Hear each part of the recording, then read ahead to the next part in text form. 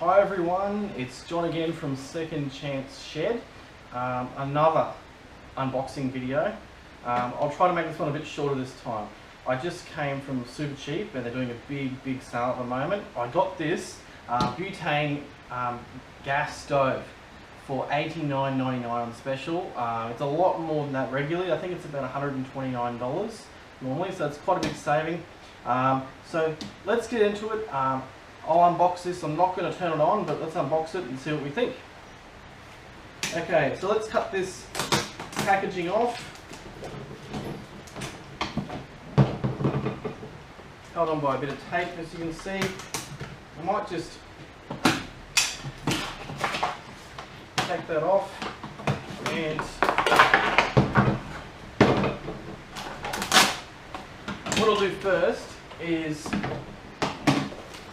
let's just have a look at some of the stats on the packaging. So this brand, it's Ryder. So this is like an exclusive Supercheap auto brand. It says premium butane stove. I don't know if premium means that it's better than a standard butane stove. Two-stage dual safety cutoff controls. Number one, overpressure safety gas cutoff device, which is good. Number two is overpressure safety canister ejection device. Not really sure what that means. What I can say is I used to have an old Gasmate butane stove that was a single, and it worked fine, but it was one of those ones that was recalled because of the problem with it maybe overheating if you've got a big plate on top, and it could cause an explosion with the gas stove. So I got rid of that a long time ago. I've been waiting for something new to come out that caught my fancy. This was at the right price. So it says latest design, dual 2-burner butane stove, which is what I was looking for. 2-burner. Single burner is good, but what if you're cooking bacon and eggs? You need one pan for bacon, one pan for eggs. That's what you need. You need it. So alloy non-stick cooking plate. Okay, so it doesn't say aluminium, so I'm supposing it's a mix between aluminium and some other metals, I'm not sure. With fat collection reservoir for all of us who cook those nice sausages. Piezo ignition, okay, push button start. Variable heat control, or you want that with any stove, I suppose. A big thing with a lot of these butane and normal propane stoves is variable heat control is a bit of a problem. I found it's either basically off or flat out and it burns everything. So when I do eventually use this, I'll do another video and we'll see if you can have like an in-between simmer sort of setting, which would be great if you're doing baked beans. Built-in burner windshields. So that's good, that's something good. So I shouldn't have to worry about buying some sort of windshield later on down the track. Energy heat output is 8,000 BTU per burner. So a total of 16,000 BTU. When you compare this against other butane cookers, that's pretty normal to get about 8,000 BTU per burner. If you want to get a really high-end propane stove, which I almost did, there was a really nice Primus one that was on sale. That was about 25,000 BTUs per cooker. So it was very tempting to get that one, but this was at such a good price, and I like how compact it is. You don't have to carry around a large gas bottle and extra hoses. And its AGA approval number is 8630, if that means anything to anybody. Alright, bit of a nice picture there. I'm not sure if that's really that sort of clear or not, but we'll find out in the comments. And what I'll do is I'll bring that forward as well, so you can see there's different pictures. If you can't see that, basically it's just showing all different angles, but we're going to do even better. We're going to open it up. Okay, so the box first up. This is one thing that actually made me want to buy it. It's got this nice hard carry case. This is plastic. It's pretty hard. You probably wouldn't want to drop this from any height on anything hard, like a rock or anything, or the tarmac. This probably would crack. It's not a soft sort of plastic, but you'd hope people are being careful. Let's look at the length, which is all really important. looking at about 700 mil long by about 160 mil wide, okay, or thick mainly. This is 160 mil thick, and the width here about 305 mil, okay. All right, so it's not too large, okay. It's about the length of a large storage container. But what I like about this is because it's got its own box, you don't have to go and put it in another box or purchase another box. And that was what really attracted me to this. It doesn't look like the box is water resistant. It doesn't advertise that. It's really just purely just a box. So if this was in the back of your ute or something, you've got to expect water would get into this. So yeah, not really for weather protection, just for carrying. On the front, you've got these two little slide clasps. You often see this with tool kits, with drill bits and so on. So you can pull this side clasp back, and you've got these two fairly sturdy handles. Like I've got a fairly large hand, and you know, there's still plenty of space, and quite good for carrying. So let's open it up. Hopefully it's not upside down. Yes, it was upside down. Another thing, it says actually on the box, on the container, portable double burner stove, just in case you forget what's in there after it's been sitting in the shed for about a year or so. All right. Actually, sorry if I keep stalling. If you look at the back, you've got 4 really sturdy looking hinges. So this shouldn't be breaking apart anytime soon, which is great. So that's something that's also a real positive. And it looks like you can actually unclip these hinges apart. I probably won't do that, but yeah, 4 nice sturdy hinges. All right, so let's open it up. Okay. Oh, there we go. The little clasp fell off, but I think that was my fault really, because I was keeping it half open half the time. So I'll just leave that down there. Voila. We've got our instruction book. Yep. Double-sided pages, really just labels all the components on the burner. Gives you a bit of an idea of how to operate it. A few pages there, not too lengthy. And there's some information on the back about warranty. Okay. Has a warranty against defects for 12 months from date of purchase. So I suppose you might want to either photocopy your receipt, but if you bought this and you're a club member at Supercheap Auto, everything should be kept on record online somewhere. But I will keep this. I think this is something worthwhile keeping. Put that there. Bit of packaging. Okie dokie. So already I'm getting pretty excited. You can see how shiny and nice this looks. Let's take it out. And I'll put just the box over here. Underneath. Oh, here we go. I thought it was just bubble wrap for the fun of it. Here's some bubble wrap. Inside is that alloy plate. I'm not, to be honest, a big fan of aluminium or alloy. Not that I'm really concerned about the aluminium leaching into your food, but I do like that you can season cast iron, and I'm probably sure if you really wanted to, you could get a cast iron version of this that would probably fit onto this burner. Let's have a look at the top of this plate. Very smooth, obviously probably cast alloy, let me know if I'm wrong. Nice flat plate for cooking your eggs, which is a must when you're out in the bush, or anywhere for that matter. Over here, it looks like a griddle plate. Good for sausages, pork chops, lamb chops, whatever it may be. You've got a well here, or a trench. I don't really know the right word, but if you're cooking some sausages or some chops, the fat can drain down here into here, and you can pick this whole unit up, pour it off, get rid of that fat. So underneath we've got extra sort of, I guess, ribbing that sort of shows where the heat is going to be conducting from, because that's what we're really doing. We're conducting heat throughout this plate. Back to the whole thing with cast iron versus alloy.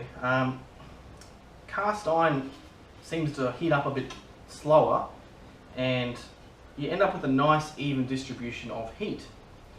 This alloy, I imagine, it would get really hot really quick where these burners are.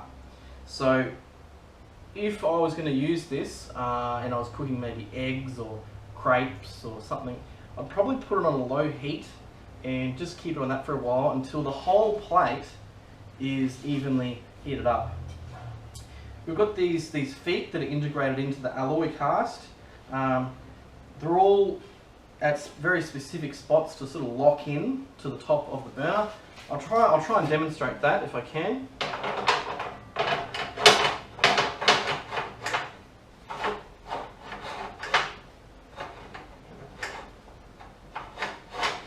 Doesn't really lock in like you would expect. Maybe I just got it the wrong way. No, it just seems to just sit on top. It's not going to fall off, I don't think. That's probably the way to want it. Because the feet stop it from falling off because they come into contact with the elements. But yep, these feet, they allow it to sit above the elements. Quite convenient. Let's have a look at this plate, the dimensions of this plate. So this plate is 490mm long, and that's a fairly decent plate size, and it's about 280mm wide. The cooking surface itself is 440mm long, the cooking surface, and about 230mm wide. I'd say about a good 2/3 of it is the flat surface. Okay, that's probably what people would use anyway. This is very light, as you can imagine, and probably quite easy to clean because it's covered in probably Teflon, and that means you'd also probably have to use either plastic cookware, because if you use your metal cookware, it's just going to scratch this off and it's going to look pretty terrible after a while.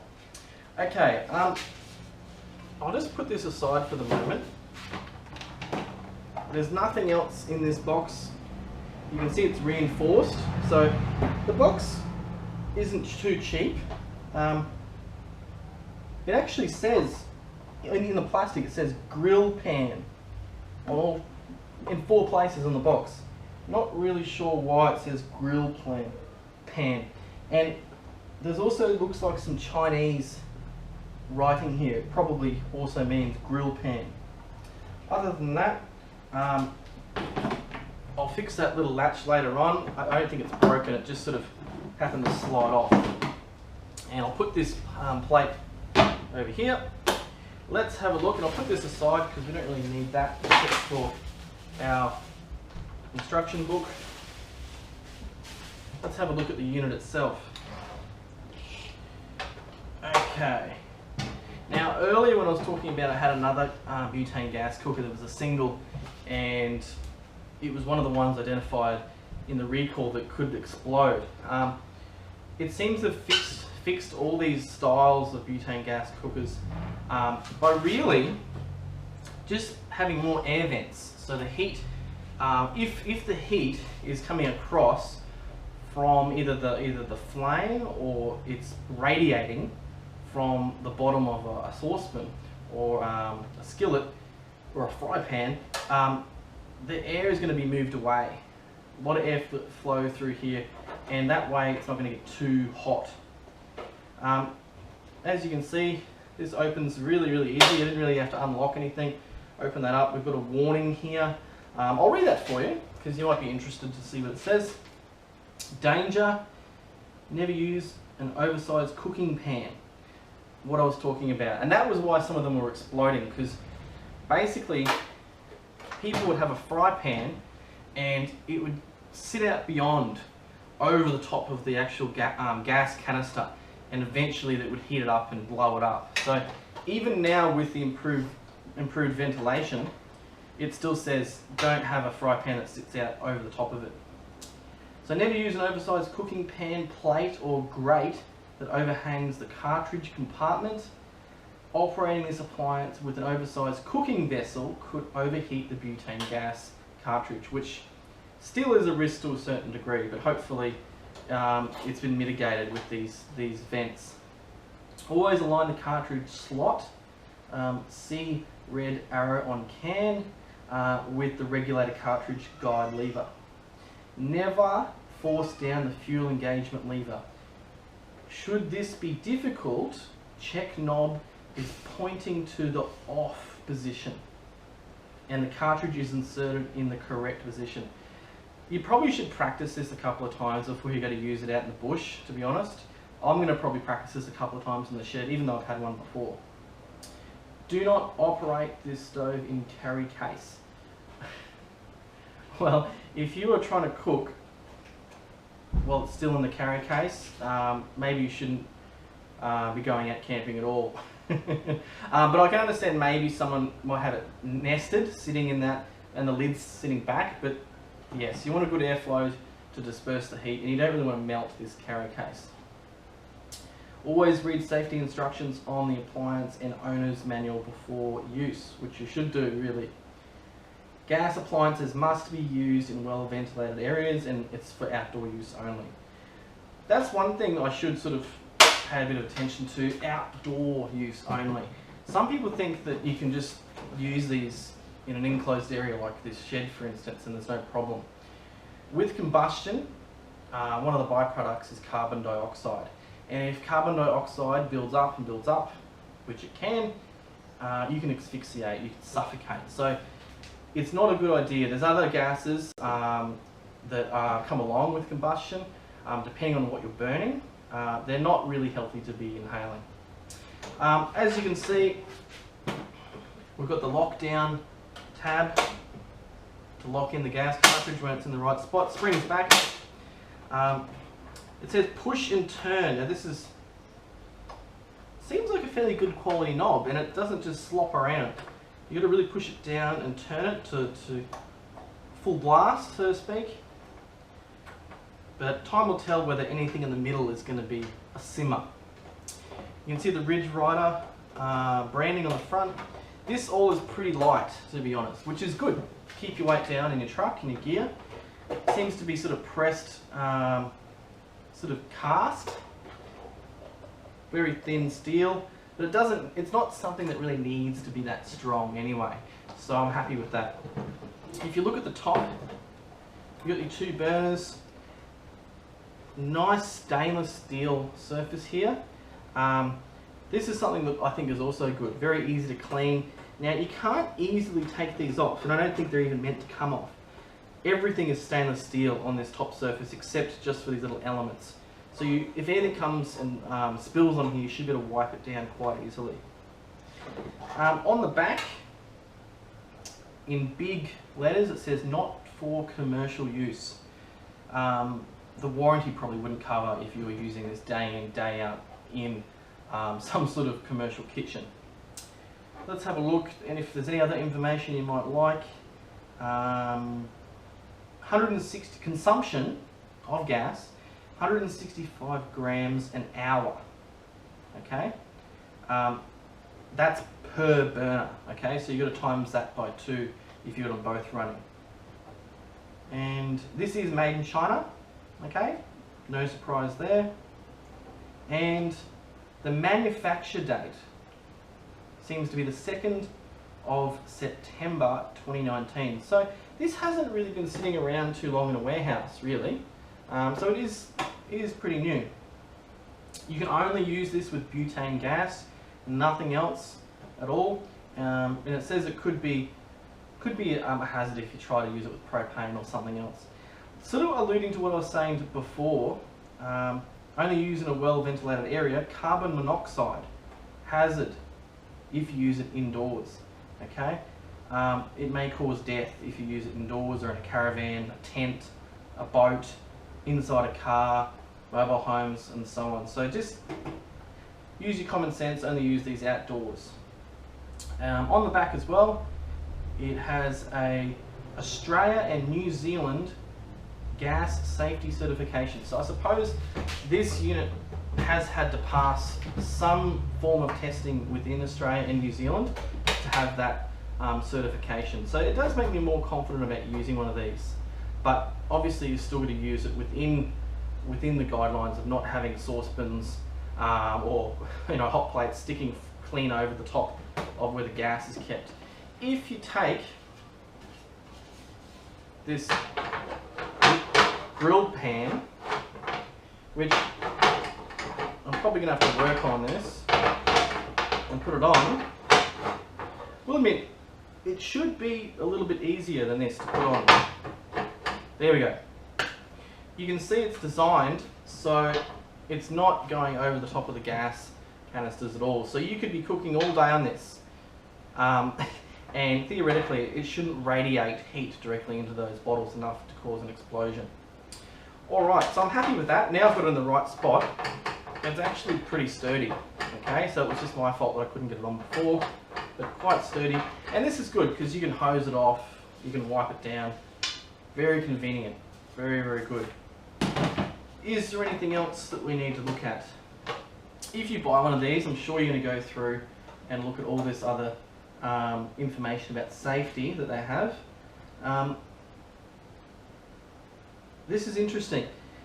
If you've got the little one burner butane gas stoves, it says here don't get two one burner gas stoves and put this plate over the top of both of them. I guess people must have done that, so I never would have thought of that myself, but yes, don't get two one burners, put them together and put the whole plate on top. Don't use large pans that extend over the cartridge cover. Do not use near flammables, so don't store this near your campfire. It says that to not move it or tilt it when it's in operation. So if this is turned on and already cooking, they don't recommend picking this up and maybe moving this to another table. So make sure you know where you do set it up is where you want to keep it. Once again, I think it's handy. It does give a bit of information on here about how to install that butane gas canister. It just says turn knob clockwise to close. Turn knob to the off position and raise the lever to unlock after use. Even with my little single burner, I used to remove the gas canister when I wasn't using it. To be honest, it wasn't because I thought it would be a danger or it would explode. I used to take it out because I didn't like the idea that maybe a little bit of butane gas may be escaping, and wake up the next morning and you have no gas and you can't make a hot cup of coffee. Alright, let's have a look at these supports. Now, I've seen people talk about these supports, and I'll just turn it around the right way. Now these supports, they do look nice and flat. They're not really at an angle, and this is something that people have complained about. Some of these cookers have these supports at angles, and it means that if you've got a pan or a saucepan on top of this, you could easily slide and move around. So I think Ryder have done well to have these supports nice and flat. You've got some little indentations here to sort of help grip, I suppose, against the bottom. Probably really not that necessary, but I do like that flat sort of support setup. We've got some screws, Phillips head screws right in the middle of the burner. I suppose it's there and exposed, so if you do get grime and everything all over this, you could probably unscrew it and take it out and clean it, or maybe even replace these. Underneath, nothing really to see there. They've left it sort of open at the bottom here, I suppose, to maybe help disperse any built up heat. And you've also got these Phillips head screws here, which I like. I like that it's not hot riveted together. With the screws, it means that you can unscrew it, clean it out, put it back together. Okay, so it's nice that they're thinking of long-term use. And if I look around the whole unit, there's a lot of Phillips head screws. So I imagine you could pull this entire thing to pieces. The feet, you've got these little plastic feet, and they're once again screwed on by Phillips head screws. But right in the centre of these feet, you've got little rubber tabs. I think that's pretty great. It's not going to be sliding around on your table. That's a smart little inclusion to have those little rubber tabs. Overall, first impressions, I think it's a nice bit of kit. I like the grey, doesn't sort of stand out too much. It's not rattling. If I'm trying to twist this or shake it, the only thing rattling is these cases. And of course they're going to rattle because they're not locked down. Everything else is solid as a rock. I do like that these lockdown tabs for the gas are bright orange, easy to spot. Especially if it went up or down, you can go, oh, I need to fix that back up. I like the plate. You can carry a lot of grease in there. If it's bacon grease, I'd probably distill that and keep it for later. The instruction booklet, because this is a really quick review, I'm not going to spend too much time on the instruction booklet, but the pictures, they're all black and white, but we've got nice step-by-step breakdown of how to use this. And I like it. And I like that it's not as thick as a book. Usually they're really thick if they include every other language on earth. But this is just English, and it tells you a few things that you should not be doing, which is great.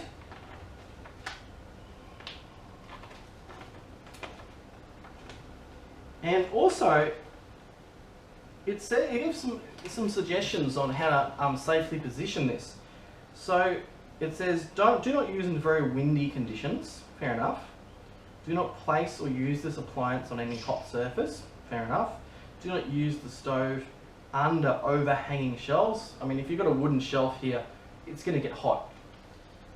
Do not use close to combustible materials. And it doesn't want anything within these spaces. So above it, it actually wants 1200 mil above it. So right up here somewhere. So think about, are you putting anything above this for your cooking? I know some people use the back tray, tray back, what is it? Tailgate. They use the tailgate and they sit these on there. But if you got something straight over the top of the tailgate, like a rooftop tent, it could get hot. So you got to think about that. They don't want anything in this direction or this direction, 400 mil. Anything closer than that. That might be a little unrealistic in a camping situation, but that's what it says. Once again, it also says about cleaning. I think it's really good.